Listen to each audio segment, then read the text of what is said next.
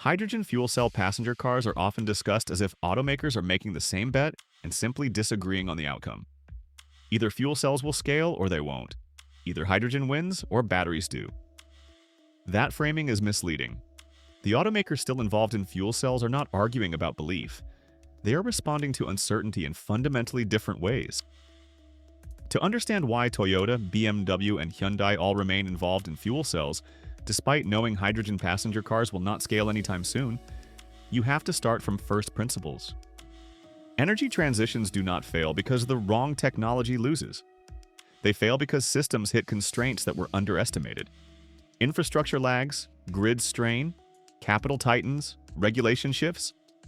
Technologies that look unnecessary in calm conditions become relevant when systems are stressed. Strategy is not about predicting the winner perfectly. It is about avoiding being trapped when assumptions break. All three companies see the same landscape.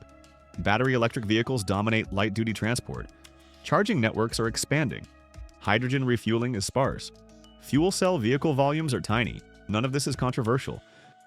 The difference lies in what each company is protecting itself against. Toyota, BMW, and Hyundai are not betting on hydrogen cars. They are betting against different kinds of failure. Toyota's fuel cell strategy looks conservative to the point of stubbornness. One passenger car, low volumes, limited regions, minimal marketing, no claims of inevitability. Yet Toyota never exits.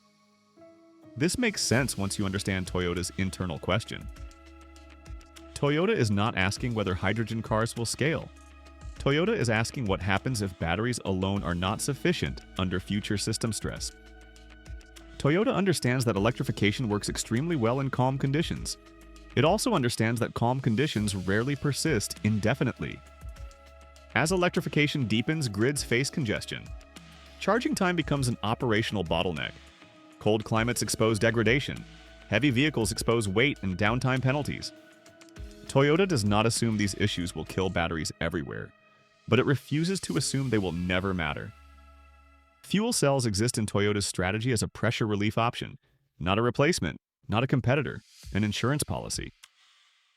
This is why Toyota keeps the Mirai alive without trying to scale it. The Mirai is not a growth product, it is a system stress test. Passenger cars are the most punishing environment imaginable for fuel cell systems. Untrained users, long idle times, extreme climates, tight packaging, cost pressure, infrastructure inconsistency. If a fuel cell system survives that environment, it becomes overqualified for fleets, buses, trucks, and stationary power. Toyota uses consumer vehicles to force cost discipline and integration discipline. Fleet markets tolerate complexity. Consumer markets do not. Without this pressure, fuel cells risk becoming permanently expensive and niche. Toyota also understands infrastructure dynamics. Hydrogen infrastructure does not emerge smoothly.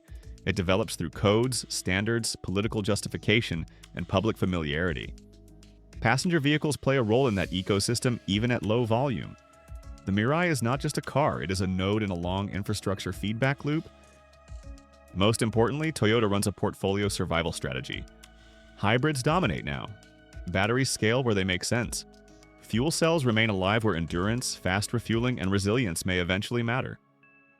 Toyota is not betting on hydrogen dominance. It is betting against single-solution thinking. That restraint is precisely why Toyota did not collapse when hydrogen hype faded. It simply lowered expectations and kept learning. BMW's fuel cell strategy is almost invisible by comparison. No mass-market hydrogen car, no infrastructure push, no loud commitments, just prototypes, limited fleets, and long periods of silence. That silence is intentional. BMW's central question is not whether hydrogen will scale. It is whether locking into a single pathway too early is dangerous. BMW does not believe hydrogen passenger cars will scale soon. It also does not believe batteries alone are guaranteed to solve every future constraint. That places BMW in a narrow strategic corridor. Stay capable without being exposed. Fuel cells at BMW are not a market bet. They are an option preservation strategy. BMW focuses on technical fluency rather than deployment. Packaging, thermal management, control integration, crash safety, platform compatibility. These are not consumer questions. They are architectural ones. BMW wants to know whether fuel cells can be integrated into premium vehicle platforms without redesigning the entire vehicle. That knowledge retains value even if hydrogen never scales. BMW deliberately avoids infrastructure risk. It does not want to fund stations. It does not want to coordinate ecosystems. It does not want to carry utilization risk. By partnering rather than leading, BMW shares learning while capping downside. If hydrogen advances, BMW will not be starting from zero. If it stalls, BMW will not be burdened with stranded assets. This is why fuel cells never failed at BMW. Failure requires expectation. BMW never promised scale. There were no volume targets to miss, no narratives to unwind. Fuel cells live quietly inside BMW as a hedge against future uncertainty. BMW optimizes against one specific failure mode: being wrong too early. Exiting hard technologies entirely simplifies the present, but makes re-entry painful if conditions change. BMW pays a small, steady cost to avoid that trap. Fuel cells at BMW are not about belief, they are about flexibility. Hyundai's fuel cell strategy is the most exposed and the most ambitious. Hyundai does not treat fuel cells as insurance or optionality. It treats them as an industrial platform opportunity. Hyundai believes that if hydrogen ever matters, it will matter first where batteries struggle most: heavy trucks, buses, ports, logistics corridors, and industrial fleets. These environments share critical traits: high utilization, centralized refueling, professional operators, strong regulatory pressure. In those conditions, fuel cells do not need to win on convenience. They win on uptime, range, and refueling speed. Hyundai decided early that it did not want to be merely ready for that transition. It wanted to shape it. This ambition is inseparable from Hyundai's national context. South Korea treats hydrogen as a strategic industrial sector. Infrastructure, manufacturing, shipping, and exports are coordinated at a national level. Hyundai is not acting alone. It is aligned with a broader system that shares risk and accelerates learning. That alignment gave Hyundai confidence to move earlier and faster than its peers. Hyundai invested heavily in fuel cell manufacturing, durability engineering, and real-world deployment. Hydrogen trucks were not a concept, they were a signal. Passenger fuel cell vehicles played a different role. Hyundai pushed them harder than Toyota, not because it expected consumer dominance, but because visibility and learning mattered. Passenger vehicles accelerated public awareness, regulatory engagement, and system testing. When consumer adoption disappointed, Hyundai did not abandon fuel cells. It shifted emphasis toward commercial and heavy-duty applications. That was not retreat. It was refocusing. Hyundai's risk is clear. If hydrogen infrastructure stalls, utilization disappoints, or policy momentum fades, Hyundai carries more downside than Toyota or BMW. But Hyundai accepted that exposure deliberately. It is not hedging against hydrogen failure, it is hedging against missing an industrial transition. That is a fundamentally different failure mode. Toyota, BMW, and Hyundai do not disagree on the facts. They disagree on which mistake is most dangerous. Toyota fears being trapped if batteries hit system limits.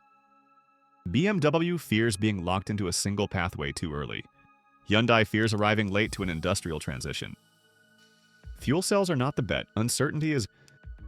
Toyota keeps fuel cells alive quietly as insurance. BMW keeps fuel cells small to preserve flexibility. Hyundai commits fuel cells aggressively to shape the system. None of these strategies are irrational. They are rational responses to different future failure scenarios. This is why asking who is right about hydrogen misses the point. The real question is which failure mode you are optimizing against. Energy history rewards companies that survive assumption breaks. Technologies that look unnecessary in calm conditions often become essential under stress. Companies that eliminate options too early often pay later. Toyota, BMW, and Hyundai all understand this. They simply express it differently. Toyota prepares for system stress. BMW prepares for uncertainty. Hyundai prepares for industrial opportunity. Hydrogen passenger cars may never scale. All three companies know that. Fuel cells remain in their strategies because none of them are willing to assume the future will remain simple. That is the real story, not belief, not hype, not denial. Just different ways of surviving an energy transition where certainty is the most dangerous assumption of all.